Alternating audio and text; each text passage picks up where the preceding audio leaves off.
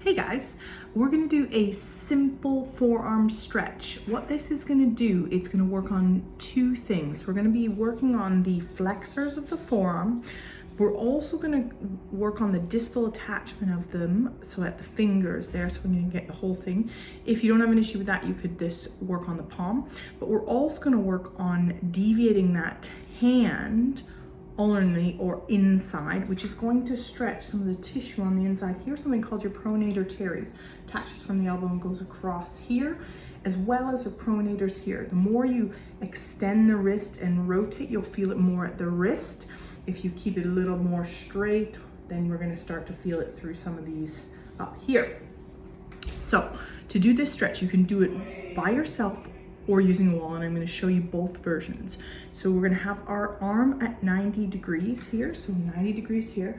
We're going to grab, so what I like to do is I'm going to grab my hand here on the outside, and I'm going to take my thumb and pop it here, because then I can use that to lever. So I've got my hand here at 90 degrees. I'm pulling my wrist back to what extension you can handle, which is this is extension this way. The best way to find out what you can handle is to actively go what you can, and then we just passively get in there and to push a little bit more. So I'm pushing my hand further backwards, and then I'm slowly gonna work and rotate. And if I just sit up here, then you can see what's happening with that hand. Where I'm feeling that is all in this pronator quadratus, so some of these flexors here, and then also up into the forearm. So to do that yourself, you would just hold this tissue here. We're gonna hold it in this nice position for about a minute.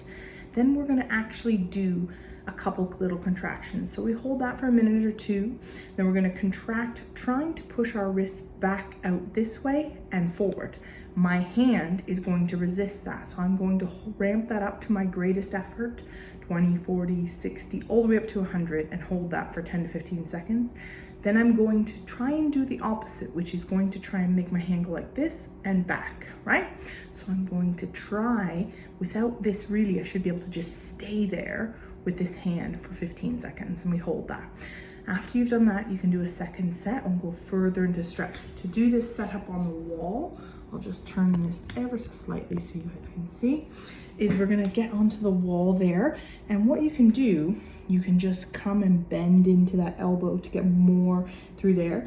And the further you rotate those fingers this way, the more you're gonna get some of that pronator stuff through there. And again, you would hold it for a minute and do 2 contractions.